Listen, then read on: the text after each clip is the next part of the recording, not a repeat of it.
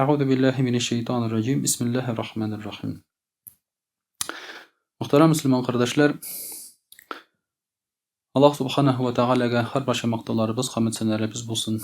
Peygamberimiz Muhammed Mustafa sallallahu aleyhi ve sellem'e yüreklerimizden çıkan salavat şerifelerimiz erişsin. Allah Teala şu cuma günlerimizde Recep aylarımızda mübarek kılsın. İzgiliklerimizni kabul kılıp günahlarımızı affı eylesin. Muhterem kardeşler, indi Allah rahmeti bilen tagın bir cumgalarını mene körürge nasip buldu. Hem her bir gün, her bir atna, her bir ay bizning için indi ol cennetke kirerge, cennet amelleri kılarga bir fırsat. Lakin kim içindir şuşu aylar, şuşu atnalar, günler temuhka kirerge bir sebep bulup dura, bir fırsat bulup dura. Niçin degende, mene siz bilesiz, işittigiz, indi şulay biten jerden söylediler, Kur'an yandıruu turunda. Kur'an yandıruu. Kur'an yandıruu bik popüler bulup gitti. Ondan indi birinci yıllar ellik anı bir taqır başkanlar idi bu işni. Hemine yangadan kabaklılar hazır. Nişleptir mine şuşu Müslümanlarga bulgan açularınmı, upkelerinmi, rizasızlıklarınmı nersedir şulay bitin dağvalarinmi, şuşu kişiler, Müslüman bulmagan kişiler Kur'an'da çıkarırga tırışalar. Siz bilesiz Peygamberimiz Muhammed Mustafa sallallahu aleyhi ve sellem'e şulay bit bir zaman taşlandılar, karikaturalar yasap, anın turunda hatta sıfatsız filmler tişirip şulay bit anı mıskıl ite yatırgan andilar da buldu. Hem hazır indi mene Kur'an'ı yandıralar. Bir karaganda Allah'ın Kur'an'ı yandırıları ni kölemde bizge ziyan ketire. Elbette birinci ziyan ketirmey bizge. Fizik yaktan şulay bit indi Kur'an'ın özüne de ziyan ketirmiyor. Amma bizning hislerimizge ziyan ketire. Bizning hislerimizge, bizning yaratgan aybirimizge til tish tidirseler, elbette indi ul bizge ko'ngilsiz. Hislerimizge bizning ziyan ketire. Hem maksat da şundadır dep oylayım. Bizning hislerimiz bilen oynaw hem indi bizden işler eken dep belki qarawdır da. Belki bu şartında nindidir siyaset turadır, kimningdir qıtırtuğı, nindidir oyun turadır, biz bunu indi bilmeybiz. Amma özümizge belgili bir neticeler yasay alabız. Çünkü biz tışkı yakını köremiz. Tışkı yaktan körgen neticelerden ders alarga şulay yok kerek. En birincisi şulay bit ders aluubuzning birsi özümüz için ul da bulsa Kur'an'ı bizni isке düşürü. Kur'an bugungi kunda Müslümanlar tarafından unutulgan idi indi. Şundan da Müslümanlar es uqiylar, andan da ezrek amel kılalar Kur'an bilen. Tinjirde qarasak şulay bit biz indi körebiz Müslümanlarning şu Kur'an kitabı bilen ez amel kılıwyn. Bizge indi bu isке düşürü buldu. Çünkü Kur'an kitabı ul nindidir tege tılsımlı amulet tugul. Tege anga tiseler qagılsalar bizning açuubuz kile degen. Ul Kur'an yaşaw konstitutsiyası şulay bit bizning yaşaw darawişi. Hem şoňa köre de Kur'an'a qagılgan wagtda biz isке düşürge tiýişbiz. Kur'an bizning asılı nersede ikenin. Biz onu isке düşürdik, mene Kur'an ayetleri bizning şu Rossiyada tyylgan wagtda şulay bit. Şuna so hadislerini isке düşürdik, hadisler tyylgan wagtda. Hazır indi inşallah şu Rossiyada zakon kabul etilse, Kur'an'ı, hadislerini, şulay yok 4 imamның hizmetlerin Ebu Hanife, Şafii, Malik, Ahmad ibn Hanbal rahimahullah alarga indi qagıla almıylar, alarını tıya almıylar. Nasip bolsa şu zakon amelge kiritilse. Hem bizde indi andy iş işlegen kişiler alar jinayetçi bulup sanalacaklar. Indi çetilde andy zakonlar yok, şoňa köre alarda ul jinayet bulup sanalmay. Hatta Şwetsiya döwleti şulay bit maňa özle indi ruhsat bergen. Şoňa da qaramasdan elbette bu bizning özümizge etkenimçe bir ders. Kur'an'ı bizni isке düşürü için. Şolay ok muhterem kardeşler, indi bizge bu ders bulup tura, Müslüman bulmagan halyklar, alar bar bir köngüllerinde bizge qarata nefret yirteler. Hem yirtemesinmi bu şıgaçak. Bizning için dostlar, Müslümanlar. Müslüman kişisi ul Kur'an'ga bir wagtda da bulay qary almas idi. Bulay işli almas idi şolay. Müslüman bulmagan kişi, onun için o bir kitap gına. Yaznesedir yazılgan, anlamışılmay turgan bir yazılgan. Biz Müslümanlar bu kitapka teheretsiz qagılarga korkabız. Kesilsiz okurga korkabız. Мөселман булмаган кешенең тәһарәте гыселе дә юк. Ул аны тотып кулына, шулай бит. Ул аны тоткан вакытта аның күңелендә бернинди хис юк. Кагаз тоткан кебек кенә ул. Тота да, шулай бер кулы белән ул аны үттертә, яндыра.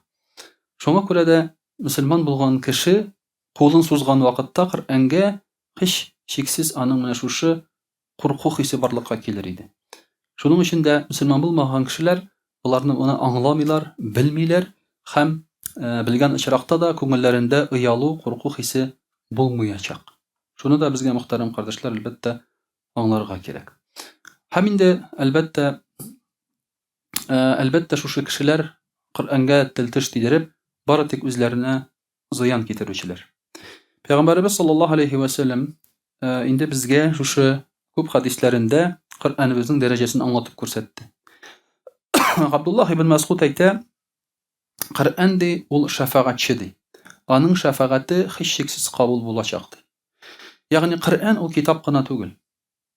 Коръән ул шәхес, формалашкан шәхес. Кыямәт көнендә Коръән телгә киләчәк.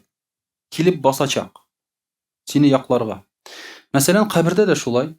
Әгәр дә кешене кабердә газапларга теләсәләр, мәсәлән, баш ягыннан килгән вакытта, шулай бит инде Коръән торачак. Ул мине укыды, килмәгез ди. Әгәр дә кешенең уң сул ягыннан килсәләр газапларга, намазы басачак. Тимәгез, ул намаз укыды ди. Менә бу гамәлләребез, безнең иске гамәлләребез шәхес кебек алар исән. Һәм шуңа күрә Абдуллаһ ибн Мас'уд әйтә, аның шафагате кабул булачак ди. Аллаһы Тәгалә каршында Коръән укыган кешенең өстендә торыр ди. Яклаучы булып, адвокат булып торыр. Сине анда бара хөкем, суд бара, һәм сиңа кирәк адвокат. Кем синең адвокатың? Менә шушы Коръән, кылган изге гамәлләр Коръән тора синең ди. Кыямәт көнендә Коръән әйтер ди. Бу кеше мине укыды, ләкин минем кылган гамәлләрем белән, мине әйткәннәр белән гамәл кылмады дип ди.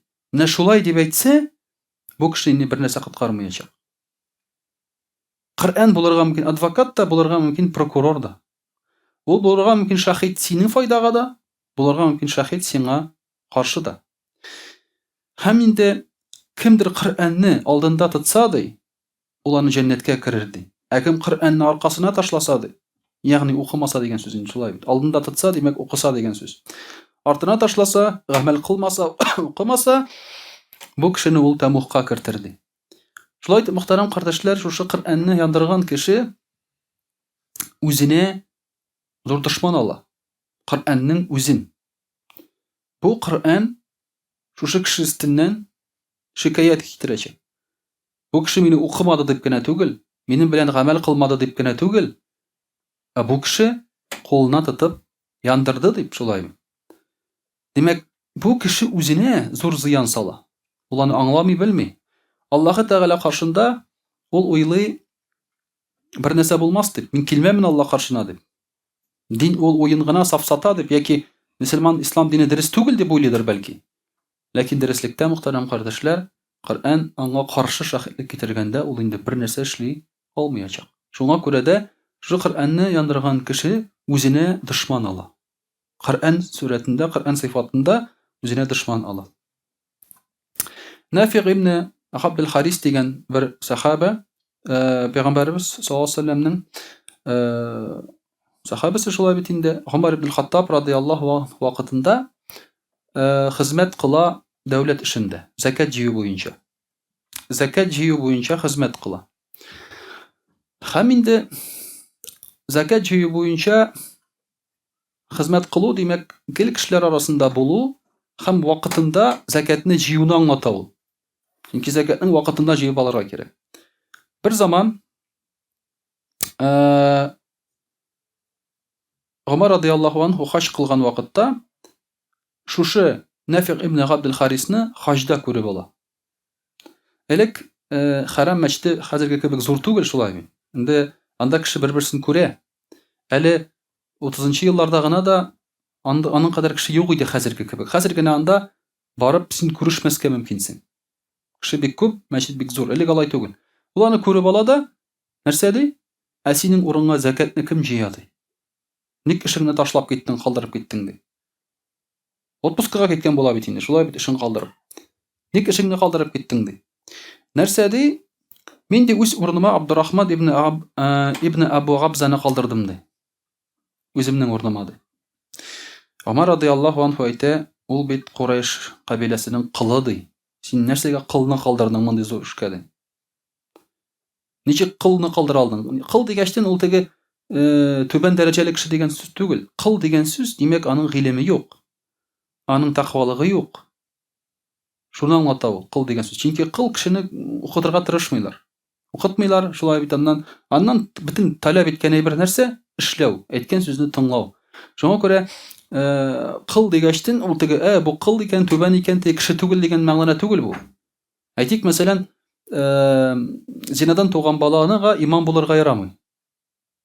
Зинадан туган балага. Нишләп? Ул кеше түгелмени ул? Ишанда түгел. Зинадан туган бала гадәттә аның әтисе булмый. Әтисе булмагач тәрбия алмый ул бала. Гыйлем ала алмый. Шунлыктан имам булырга аңа киңәш ителми. Менә шуңа күрә монда да син бу кыл кешесе кылны калдырдыңмы ди, үзеңнән соң ди, шушы эшкә ди. Ул әйтә, Абдурахман ибн Абу Габза ул шушында ди, кешеләр арасында Коръәнне иң күп укучы һәм белүче кеше ди. Кыл булса да, Коръәнне иң күп укучы һәм белүче кеше ул ди. Һәм шул вакытта Омар радиаллаху анху алайса син дөрес эшләгәнсең ди. Ягъни монда кеше Коръән укый икән, Коръәнне белә икән, димәк монда кылмы ул, кыл түгелме, карамы, акмы, анда инде аермасы юк. Коръәнне белә икән, укый икән, димәк бу кеше ышанычлы дигән сүз. Омар радиаллаху анху әйтә, син дөрес эшләгәнсең ди. Аллаһы Тәгалә Коръән белән күп кешеләрне күтәрә ди һәм Коръән белән күп кешеләрнең дәрәҗәсен төшерә ди. Күтәрүче менә шушы Абдурахман ибн Абу Габза ди. Ул ди, Коръән белән үзенең дәрәҗәсен күтәрде ди. Коръән белү сәбәпле, уку сәбәпле. Коръәннән гыйлем алу сәбәпле. Менә бездә дә шулай, безнең җәмгыятьтә дә шулай. Авылдан килгән бер егет шулай бит, мәдрәсәгә кереп белем ала, Коръән ятлый. Аннан соң нишләтәләр бу егетне? Бу егетне кая гына килсә дә шулай алга утырталар, шаталар, ишертәләр, садака бирәләр, әйткән сүзен тыңлыйлар. Кай вакытта 10-12 яшьлек егетләр Коръән укып кайталар, ятлап кайталар Төркиядән яки анда башка илләрдән яки бездә ятлыйлар. Аларны имам янына утыртып, микрофон тоттырып, аларга Коръән укыталар. Ягъни бу балалар монда алгы сафка килергә тиеш түгел. Аларның урыны артта. Нәрсә ни сәбәпле? Коръән сәбәпле Аллаһ Тәгалә күтәргән аларны. Монда да Коръән сәбәпле күтәрелгән шулай бит. Ләкин Коръән сәбәпле түбәнсетелгән кешеләр бар. Кемнәр? Кемнәр бу Коръәнгә игътибар бирмәгән, укымаган, яратмаган, Коръән белән яшәмәгән. Коръән белән яшәмәгәч, аның әхлагы, аның тормышы, сөйләме туры килми Коръәнгә. Димәк, җәмгыятьтә бу кешенең дәрәҗәсе түбән була. Коръән аны түбәнсеткән була. Коръән белән яшәмәгәнгә күрә, аны Коръән түбәнсеткән була. Чөнки Коръән күзен ача билгеле бер халыкның, һәм алар үзгәрәләр. Һәм күз ачылган халык бу халыкларның нинди вахши икәнен күрәчәкләр. Без күрер идекме, мәсәлән, вахшилекне әгәр мөселман булмасак. Сәхнәгә чыгып, кызлар биеп йөрсә, без кул күтәреп, кул чабып, ай яй шәп дип биеләр дип утырыр идек шулай. Ай яй шәп биеләр дип утырыр идек. Я булмаса анда чит илдә барган шушы әйберләрне күреп, анда ЛГБТ башка инде һаман шул бер сүз шулай бит.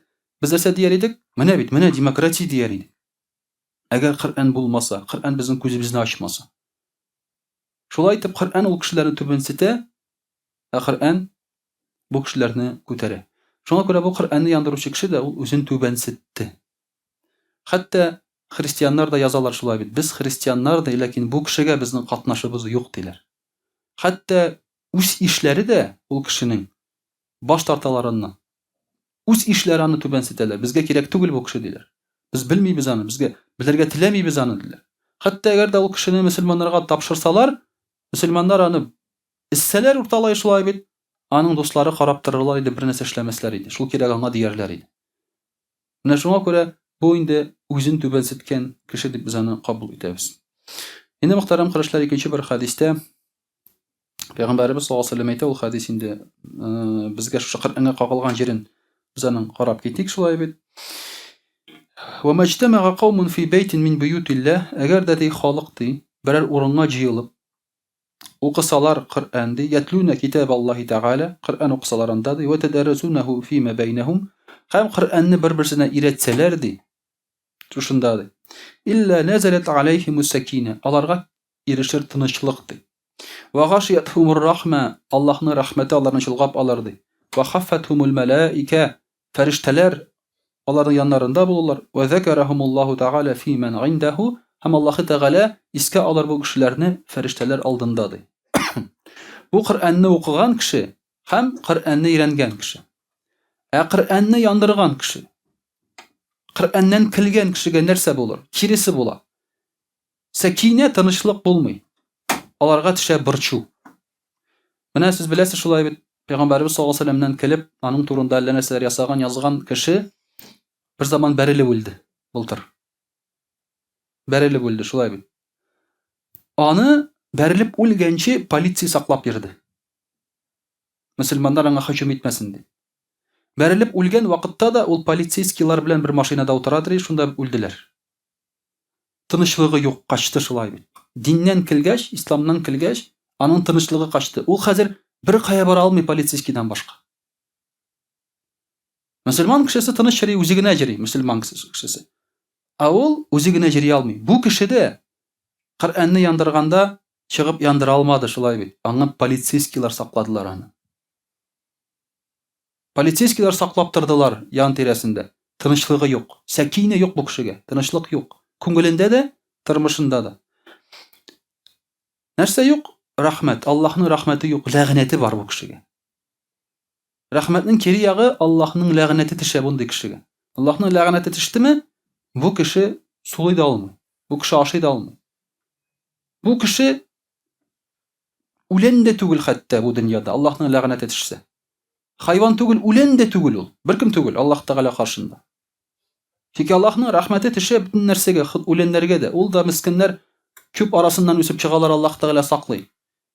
Җилдә утыра бер агач, җил аудармый. Ләкин моңа Аллаһның ләгънәте төшкән, бунда инде аны үлән хәлендә дә күз алдына китереп булмый. Ва хаффатхумул малаика, мөселман кешесен, Коръән укыган кешене фәрештәләр чолгап алган ди. Бу кешене кемнәр чолгап алган? Фәрештәләрнең капма каршысы шайтаннар чолгап алган. Аның янында көтү шайтаннар йөри.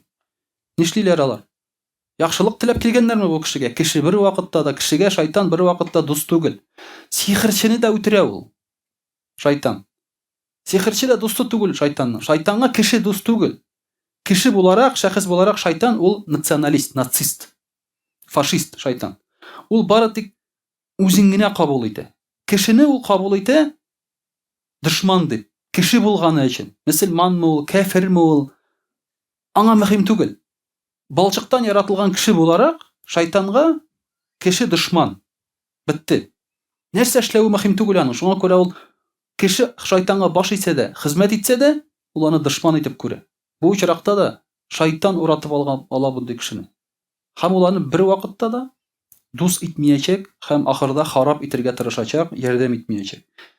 Һәм Аллаһы Тәгалә мондый кешене әлбәттә искә алмый.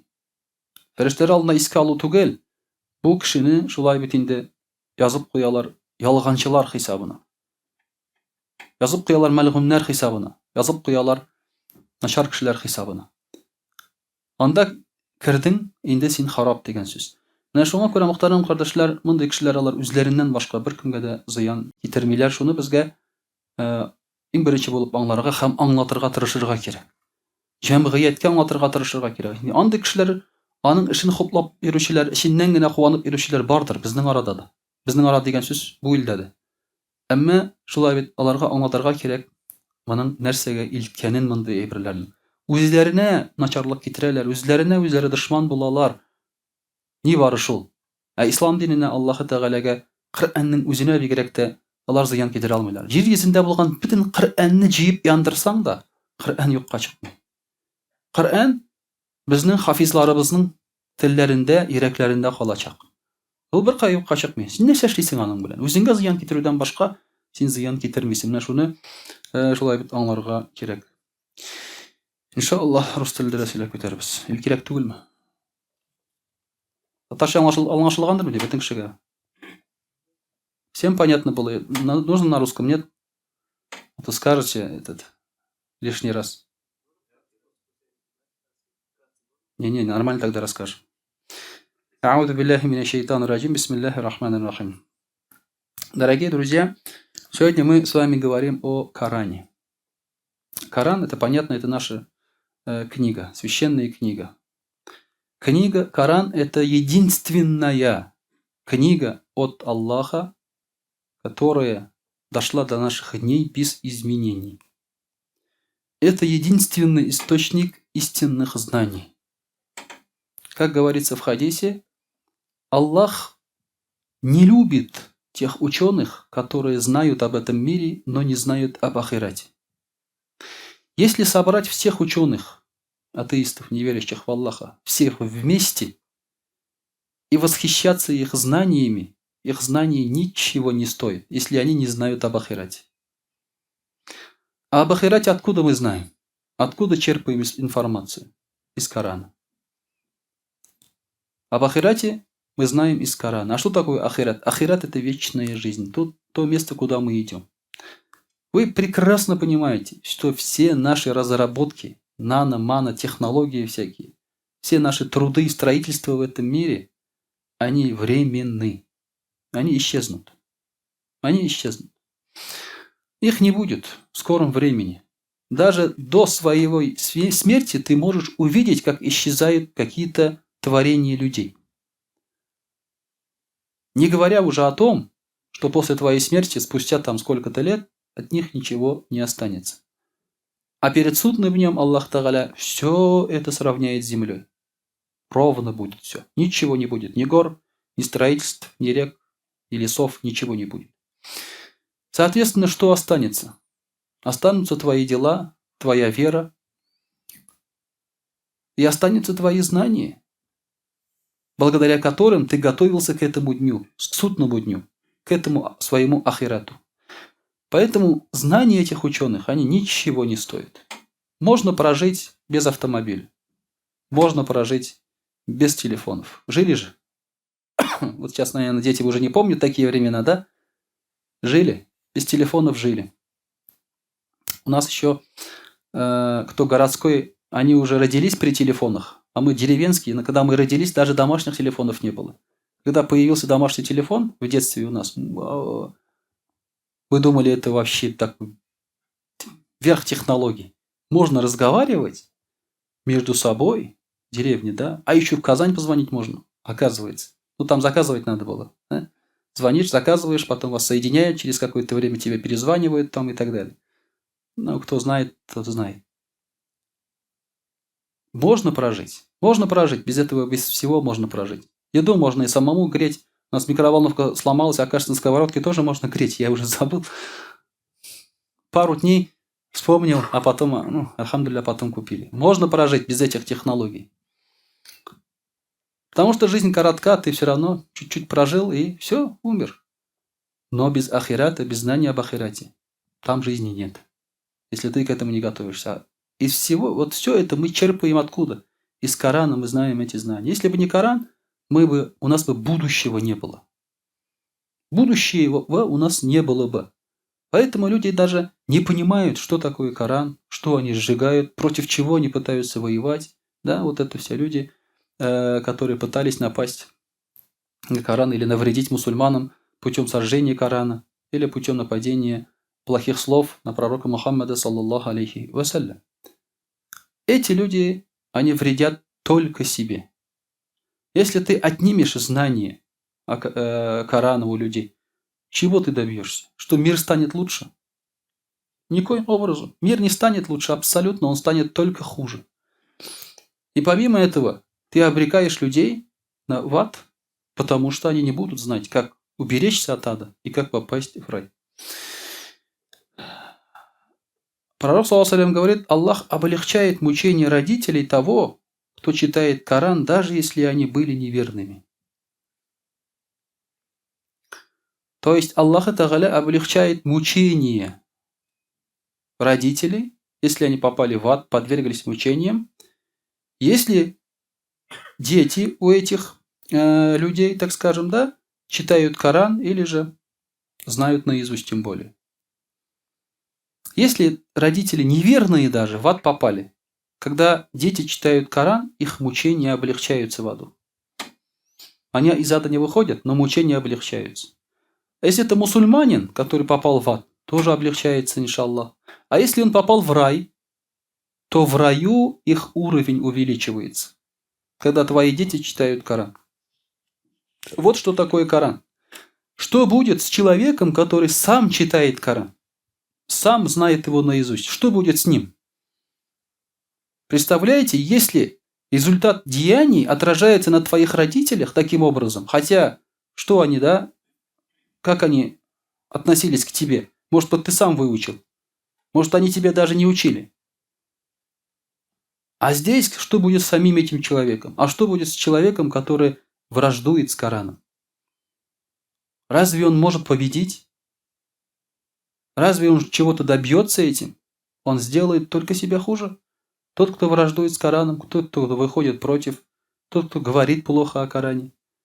Самое хорошее, что Аллах Тааля уготовил для этих людей, они примут ислам. Самое хорошее. Были много таких случаев, когда люди начинали воевать с исламом, с Кораном, с пророком, саллаллаху, с мечетями, потом принимали ислам. Оказывается, они насмотрелись телевизоров и думали, ислам плохой, а когда начинали изучать, оказывается, он хороший. Оказывается, он не такой, как о нем говорили его соотечественники. Когда он сам внутри оказался этого, вы знаете человека, да, про него ролик ходит, он начал писать книгу, оскверняющую ислам. А в итоге в конце принял ислам. Когда писал эту книгу, сам принял ислам. Это самое хорошее, что может приготовить этому человеку Аллах Тааля. Но не дай Аллах, если этот человек не покается и умрет в своем состоянии таком, сжигающим Коран, ненавидящим Коран. Слово Аллаха Субханаху ва Тааля. Когда мы говорим Коран, мы должны знать, что Коран – это гайру махлюк, несозданный Коран. Коран – это речь Аллаха, речь совершенного существа, который хочет нам добра, чтобы мы нашли прямой путь. Дает нам знание этого мира и ахирата. Ты хочешь враждовать с Аллахом, с его речью? Вот сейчас, например, за речи наказывают. У нас есть законы такие. Например, назвал спецоперацию войной, тебя наказали. Дискредитировал российскую армию, это же все словами делается, тебя наказали. То есть за речи, которые ты говоришь, против речи тех, кто издал эти указы, за это наказывают уже в этом мире. А как ты думаешь, если ты вышел против речи Аллаха своей речью, а тем более вышел против речи Аллаха какими-то действиями своими, ты думаешь, тебя не будет наказания? Если в этом мире за речи людей наказывают, то за речь Аллаха жди только. Там осталось только ждать. Это неминуемо. Вот эти вещи, дорогие друзья, мы должны понимать, объяснять тем людям, которые не хотят это понимать и видеть. Пророк ﷺ сказал, 3 вещи являются неуместными в этом мире. Что такое? Что значит неуместными? То есть 3 вещи, они неуместны где-то. Первое. Аль-Курану фи джауфи залим. Коран в сердце притеснителя. Он, говорит, неуместен. Почему? Потому что когда Коран находится в сердце человека, он залимом не может быть. Притеснителем он не может быть. Значит, он там неуместен. Вараджулю салиху фи каумису. Не может хороший человек находиться в обществе плохих людей. То есть это неуместно, он не может там появиться. Валь-мусхафу фи бейти ля юкрау фихи. И Коран неуместен в доме, где его не читают. Я вам скажу, что все эти 3 вещи есть сейчас. Как будто абсолютно противоречащие, да? Залимы Коран читают, даже цитируют его. Даже по-своему его трактуют и так далее. Есть такие. Есть у нас и хорошие люди, несмотря на то, что общество плохое. Появляются вот эти вот цветки. Ну и, конечно, в домах у всех татар практически есть Коран, даже если он не читается. Но он там неуместен, конечно же. Такие вещи. Это не значит, что надо избавиться, выкинуть и так далее. Нет, конечно. Это значит, что мы должны правильно понимать. Если Коран в сердце, значит, ты должен меняться. Если ты находишься в каком-то обществе, значит, ты должен поменять это общество. Или сам должен уйти в хорошее общество. Иначе это общество повлияет на тебя. И если у тебя находится дома Коран, возьми, учи, читай его. Это пророк ﷺ так говорит. Что говорить о людях? Я однажды пришел в почту. Стою, там Коран стоит. Коран продают в почте. Это же вообще неуместно, правильно? Прийти в почту, там газеты, сканворды, там туда-сюда, с от огорода и Коран стоит. Я говорю, сколько у вас Коранов есть? В почте, говорю. Вот один, говорит, остался. Может, один его и привезли. Я говорю, давайте, я говорю, куплю у вас этот Коран. Потом она начинает тянуться, я говорю, нет, возьмите, говорю, что-то в руки. Вам нельзя касаться, говорю, этой книги. Но на арабском. Вам нельзя, говорю, касаться. Все, взял, купил. Он еще бракованный оказался. Там чего-то, каких-то страниц не хватает и так далее. То есть сейчас Коран – это своего рода бизнес. Продают как книгу, деньги делают на этом и так далее. Да? В некоторых библиотеках или в некоторых там магазинах книжных можно увидеть. На самом деле, конечно, ценность Корана теряется. Но этот человек, который сжигает Коран, он понимает ценность Корана. Ценность для тех, кто читает и соблюдает Коран. Он же не зря это делает публично. Если бы он не знал ценности, он бы этого не делал. Поэтому мы для себя можем сделать урок. Во-первых, Коран, вспомнили о Коране, читать и жить по нему надо. Во-вторых, Коран все-таки для нас ценен до сих пор, раз такую огласку получила эта история, и раз этот человек хотел нас обидеть. Например, если придут и скажут нам, будут ругать при нас Ленина. Мы что скажем, да? Не говори там и так далее. Мы так будем говорить. Мы говорим, ладно, кто такой для нас Ленин? Мы его не знаем, знать не знаем. История поменялась. А если придут и будут ругать твоего отца, твою маму или твоего пророка, саллаллаху алейхи, что мы скажем? Остановись. То есть это нас задевает. И если он, сжигая Коран, хочет задеть целую страну, как Турция, например, да, или там другие мусульманские страны, значит, в этих странах есть Коран. Значит, в этих странах любят Коран и читают. Альхамдулилля. Он сам показал, усилил мусульман своим поведением. Альхамдулилля. Поэтому вот это мы подчеркиваем для себя из этой истории. Также пророк ﷺ сказал, права троих, говорит, люди не знают. И мунафики, говорит, лицемеры нарушают права этих трех людей. Кого? Справедливого имама, вазу шайбатин фил ислам, седого человека в исламе, и вахамиль Коран, и того, кто читает Коран, знает Коран. Вот права этих трех людей лицемер не соблюдает, не ценит этих людей. Справедливый имам, то есть плохо к нему относится, даже если он справедливый. Это лицемеры только делают. Хорошие люди, богобоязненные, они хвалят такого человека и подчиняются. Второе, седой человек. Не уважают седого старого человека только лицемеры. Ну и, конечно же, кто знает Коран, читает Коран, обучает Корану кого-то, да, его не ценят, его не уважают только лицемеры. Потому что он не ценится среди лицемеров. Лицемерам это неинтересно. Им нужен мир, мирские дела, мирские богатства. Богобоязненные люди будут ценить этих людей. Дорогие друзья, один хадис только прочитаю, иншаллах. Пророк саллаллаху алейхи сказал, пример мусульманина, говорит, верующего, который читает Коран, это как цитрусовый, говорит. То есть сравнивать с фруктами, как цитрусовый. А что такое цитрусовый? Пророк саллаллаху алейхи говорит, у него приятный запах и приятный вкус.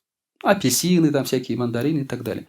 Ну, это не те, что которые у нас, а которые созрели там на дереве. У них приятный запах и приятный вкус, говорит. То есть человек, верующий, который читает Коран и живет по этому Корану. То есть у него вот такой вот запах и вкус. А верующий, который не читает Коран, он как финик. У него нет запаха, но хороший вкус.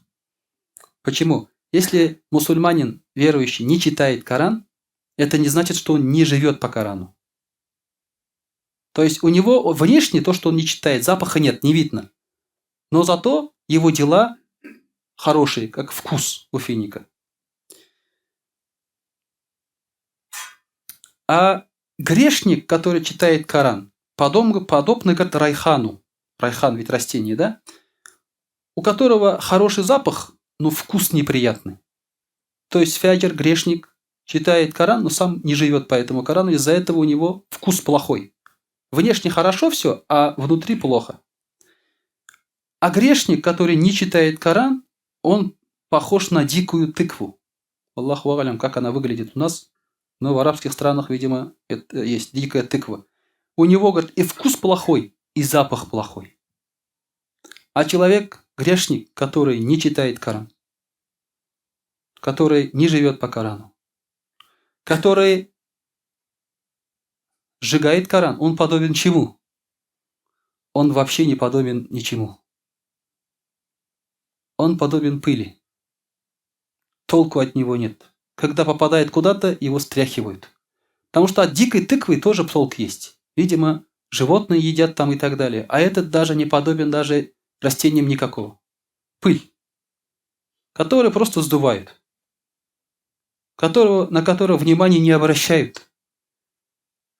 Вот он подобен этому. Поэтому человек, который выступает против Корана, он вредит самому себе, дорогие друзья. Должны этого понять и сами остерегаться от того, чтобы хоть как-то вредить Корану словом, делом, примером и так далее. وأقول قولي هذا وأستغفر الله الغفار لي ولكم ولسائر جماعة المسلمين الحاضرين أجمعين إنه هو الغفور الرحيم الجواد الكريم وسميع الدعاء.